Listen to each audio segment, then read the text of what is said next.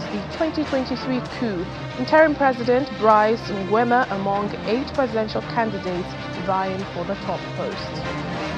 In Zimbabwe, the country makes its first compensation payment to white farmers over land grabs. Plus, President of the African Development Bank, Dr. Akinwumi Additional, calls for access to capital and genuine investments in the African youth.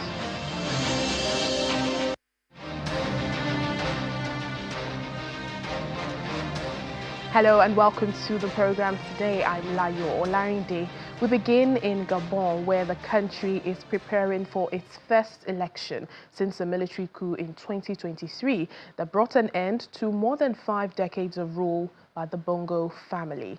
Little more than 19 months after the bloodless coup, the people of Gabon are about to head to the polls to choose a new head of state, opposing a trend that has seen military leaders elsewhere in Africa cling on to power. The overwhelming favorite in the race on Saturday is the man who led the military takeover and has dominated the political scene ever since, Brice Oligui Nguema. He faces 7 other presidential candidates. His main challenger is Mr. Bongo's former Prime Minister Alain Biliba Nze, who has promised to reorganize public finances, create jobs, and reduce dependency on former colonial ruler France. Gabon's new constitution that was adopted in a referendum in November sets the presidential term at 7 years, renewable once. Election observers from the African Union and European Union are expected to be present on election day, April 12. In Zimbabwe, the government has announced an initial payout of $3 million to white farmers whose farms were seized under a controversial government program more than 2 decades ago. It is the first payment to be made under the 2020 compensation agreement signed between the state and local white farmers, in which Zimbabwe committed to pay $3.5 billion for seized farmland. Thousands of white farmers were forced from their land, often violently, between the year 2000 and 2001. The seizures were meant to redress colonial-era land grabs, but it contributed to the country's economic decline and ruined relations with the West. The payment, announced on Wednesday, will cover the first 378 farmers out of a total of 740 whose compensation had been approved. Well, it represents 1% of the total $311 million allocated for the first batch of payments.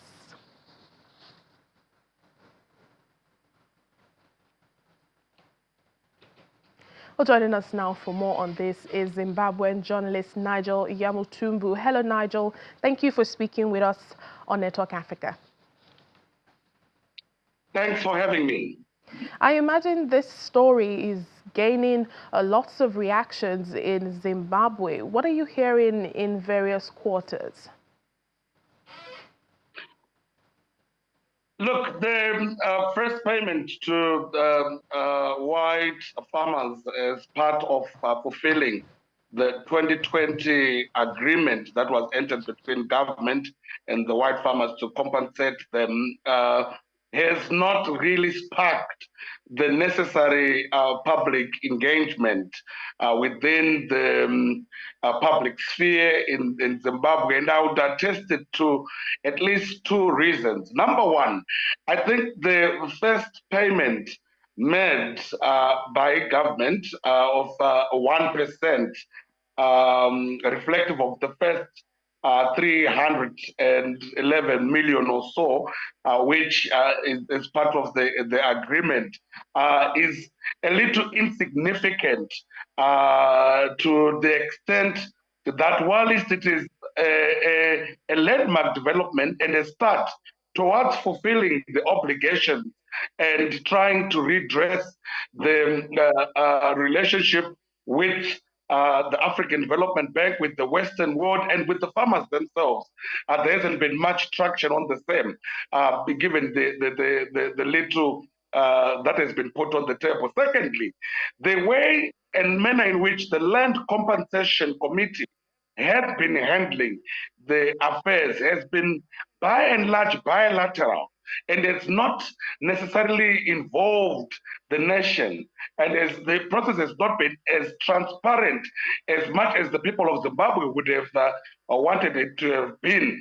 And what has that done? It has almost then been negated between just the Land Compensation Committee and the white farmers, which is unfortunate because such a process, as was the case when the land reform program was launched, albeit controversially so in 2000, we could have at least seen a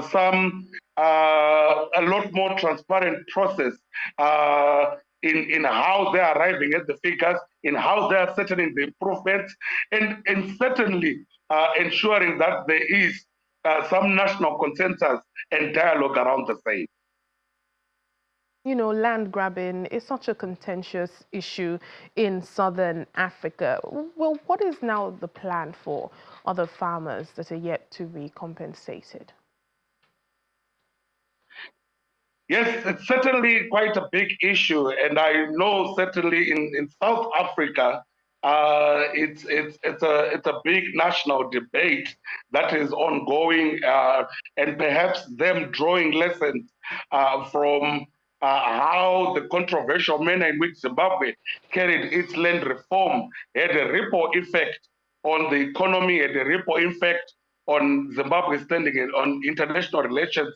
So indeed, Zimbabwe is a case study with the plan going forward being a government trying to secure the payment via bonds, which treasury bonds, which they are saying the farmers can then sell on the various stock exchange, the Victoria Falls Stock Exchange being a question, one of the platforms and engagements that is being engaged to see and attract as many farmers on board that were affected during the land reform program.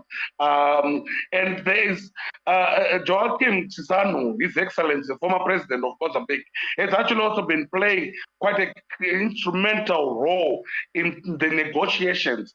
So I don't think it's the first payment, as it were, that has been issued is the end game. It's an ongoing negotiated process, which is still going to be involving various institutions and players, so that the 20 or the over 2 decade crisis is resolved, and Zimbabwe can begin to settle its debt arrears and indeed clean up its standing on the international relations scene as one that is committed to rights of citizens, and one that is committed to the basic principles of economic justice, administrative justice, and so on. Indeed, Nigel, like you've said, you know, it's an ongoing situation, and wait and see how it all pans out. In the meantime, thank you, Nigel Yamutumbu, Zimbabwean journalist in Harare. It's a pleasure. Thank you. We've been seeing reactions to the global tariff war that is causing quite a lot of tension among countries. The Director General, Manufacturers Association of Nigeria, Segun Ajayi Kadri, says American citizens are going to be deeply impacted as the era of monopoly is gradually disappearing.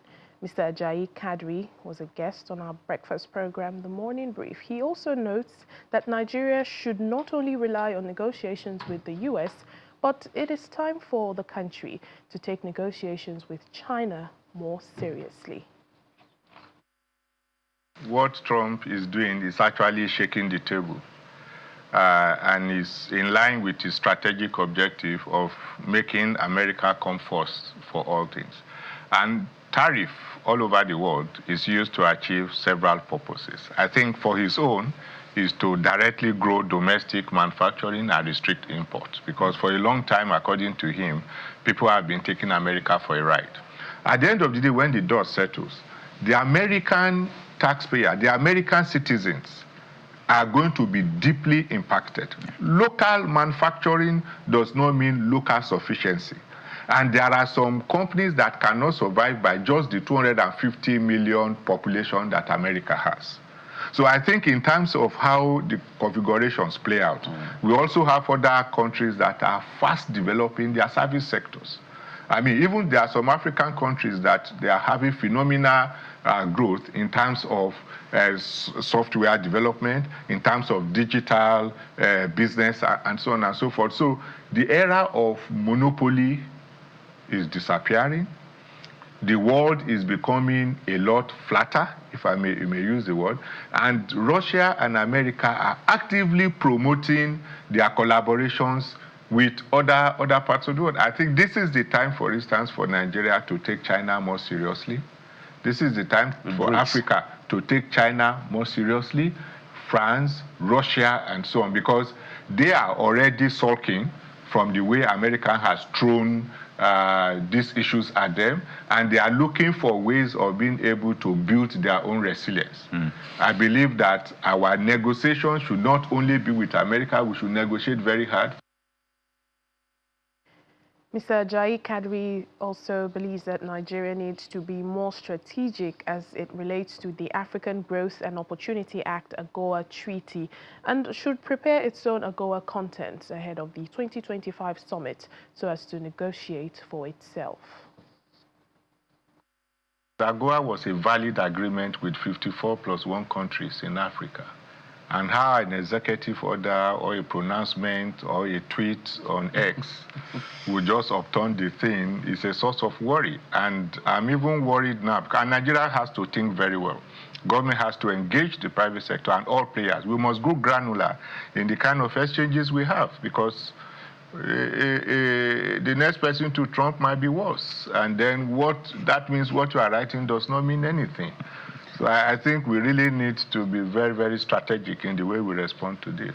I do not know how strong AFCFTA Secretariat will be in negotiating a collective AGOA come September 2025, but I think Nigeria should prepare its own AGOA content so that if we need to go together with either ECOWAS or AFCFTA, we go. But if we have to go by ourselves, which I favor, I think that we need to craft what is needed. We don't need 6,000 items. We can concentrate on those ones that we need and use it to negotiate. Over in South Africa, the president of the African Refiners and Distributors Association, Mr. Mustafa Abdulhamid, has described U.S. President Donald Trump's tariff hikes as a wake-up call for Africa. He says it's time for the continent to turn inward and build a stronger industrial and economic foundation. He made this comment at the ARDA Week 2025 in Cape Town. Our South Africa correspondent, Innocent Samosa, has more.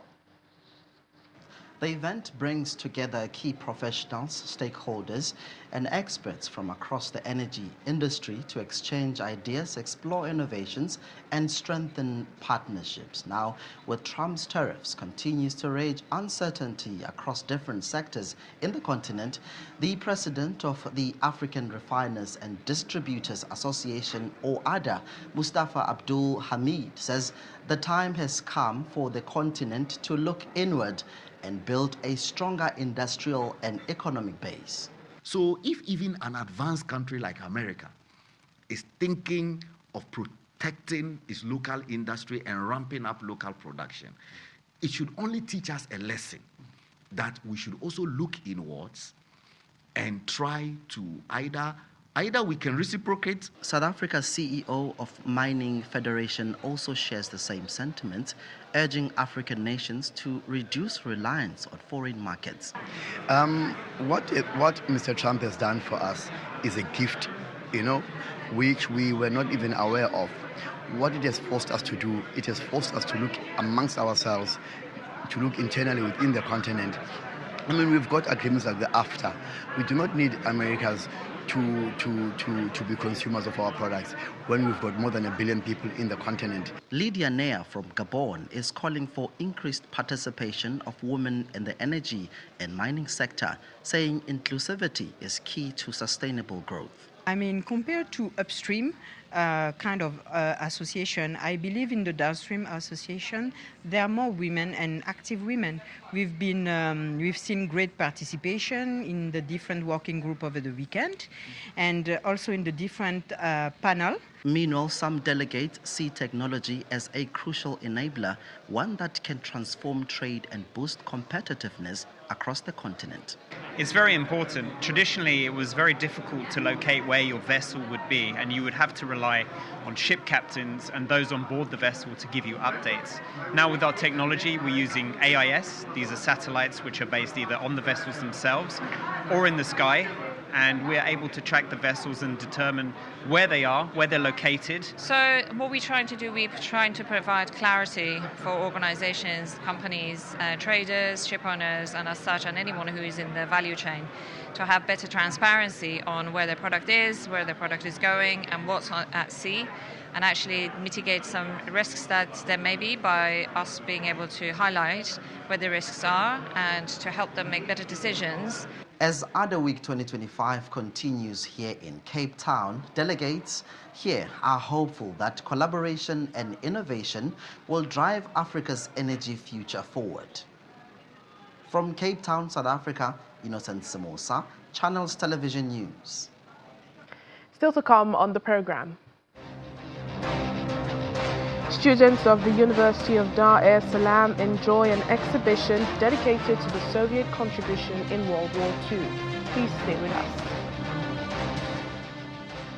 Welcome back to the program. Egypt says it has made strenuous efforts in tackling illegal migration and is asking for more support from European nations. During the second ministerial meeting of the EU Horn of Africa Migration Route Initiative, also called Khartoum Process, Egyptian Foreign Minister Badil Abdelati said no migrant boats have left the Egyptian coast since 2016, when the country implemented its national migration strategy. Mr. Abdelati says Egypt needs support to host these communities, especially for basic services, including healthcare, education, and more investment in order to create jobs. Egypt is hosting about 10 million refugees. Mr. Abdelati adds that these refugees need more jobs, otherwise they would risk their lives going into Europe via illegal migration through the Mediterranean Sea. The loss of funds from the American Development Agency, USAID, has left a hole in humanitarian aid funds for countries along the main migration route from the Horn of Africa to Europe. And these include Sudan and South Sudan, Libya, Tunisia, Egypt, Ethiopia, and Somalia. The country hosts more than 10 million refugees, with most of them coming from Syria, Yemen, and Sudan. Meanwhile, migrants from sub-Saharan Africa are recounting the appalling conditions they face in Sfax, that's a major port city in Tunisia, even as the country begins closing down refugee camps in the area.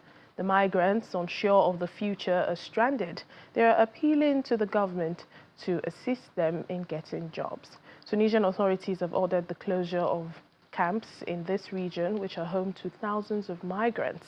The evacuation operation began last week in the Amra and Jebinia areas, where the largest camps house about 4,000 people, and these camps were removed.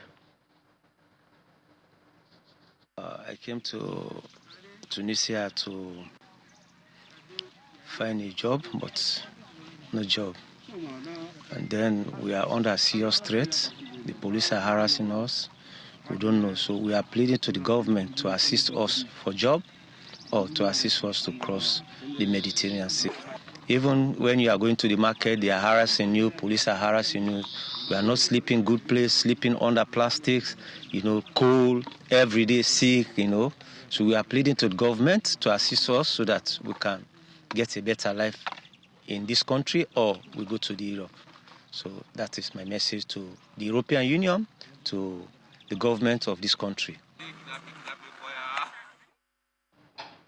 Well, the president of the African Development Bank, Dr. Akinwumi Adesina, has raised concerns over the growing trend of youth migration from Africa, describing it as a significant loss to the continent. He believes the continent's youth do not need so-called empowerment programs, but access to capital and genuine investments that recognize their skills and entrepreneurial potential.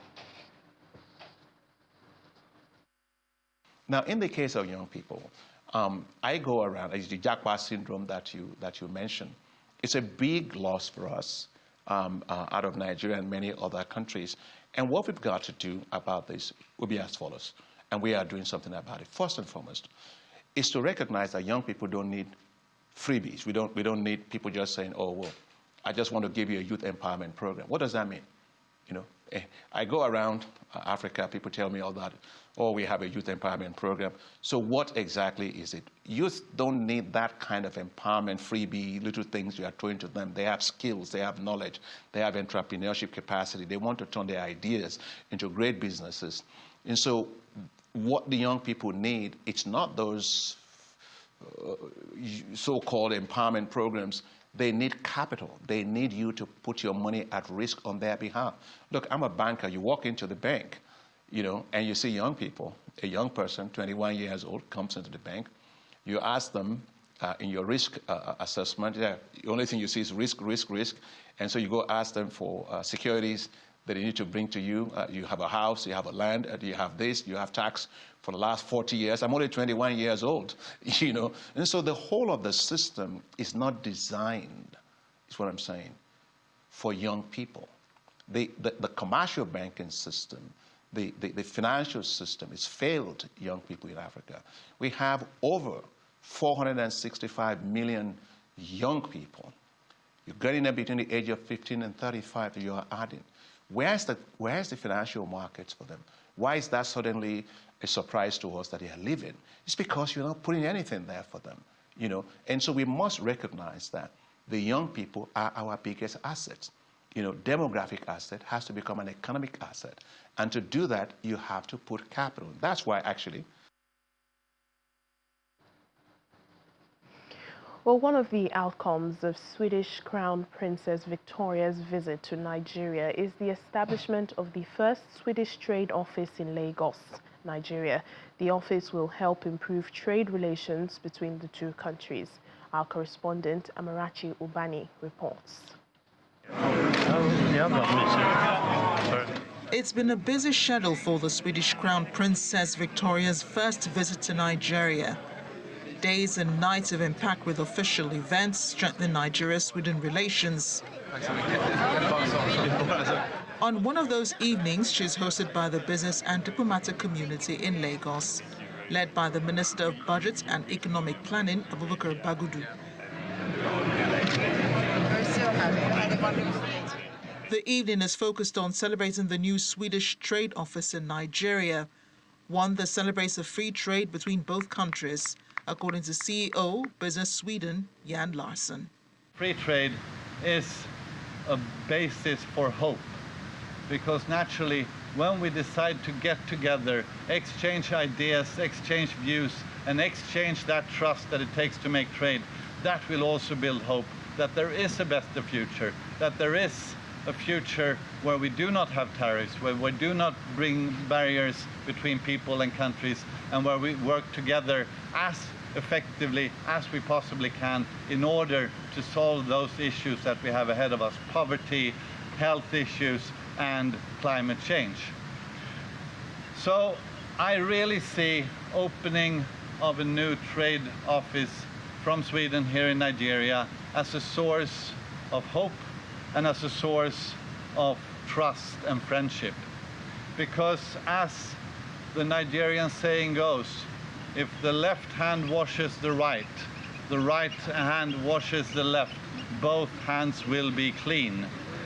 And I really hope that we can wash each other's hand as Nigeria and as Sweden in the future, because we will both win from that. The Swedish Minister for Housing and Infrastructure, Andreas Carlson, who accompanied the Crown Princess, announces new agreements already signed with Nigeria and the need for both countries to stick together now more than ever before, given the current global economic changes.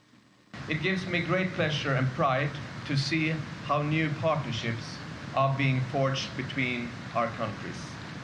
The newest examples are agreements that were signed today, 3 agreements that were signed today. The first one between Epicenter and 21st Century Technologies, the second NCC and the Swedish Sweat Fund, and not at least the third one, that Scania and La Mata have agreed on a memorandum of understanding which will provide Lagos with 2,000 green buses in times of global turbulence and democratic backsliding. It is more important than ever for countries like Nigeria and Sweden to join hands, talking about washing hands, John, join hands and not lose sight of what is needed to continue building a sustainable future. Planned for the evening is a fashion show showcasing the collection by 4 different designers. Amarachi Ubani, Channels Television News. And finally, an exhibition dedicated to the Soviet contribution in World War II, known in Russia as the Great Patriotic War, is on display at the Russian House Cultural and Educational Center in Dar es Salaam, Tanzania. The students of the University of Dar es Salaam view the display of contemporary photographs and also watching the feature film The Last Frontier, which covers the heroic cadets of the Poldoks Artillery Infantry Schools who fought during the Battle of Moscow in October 1941.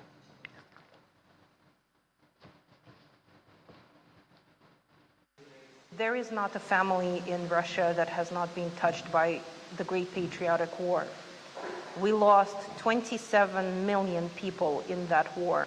I like a lot to see the history of the Russia and how they suffer and they struggle to fight during the Second World War. I see how the Russian people are patriotic to their country to protect it, and how the mobilization and the soldier to fight until to the last blood to make sure that Russia as a safe.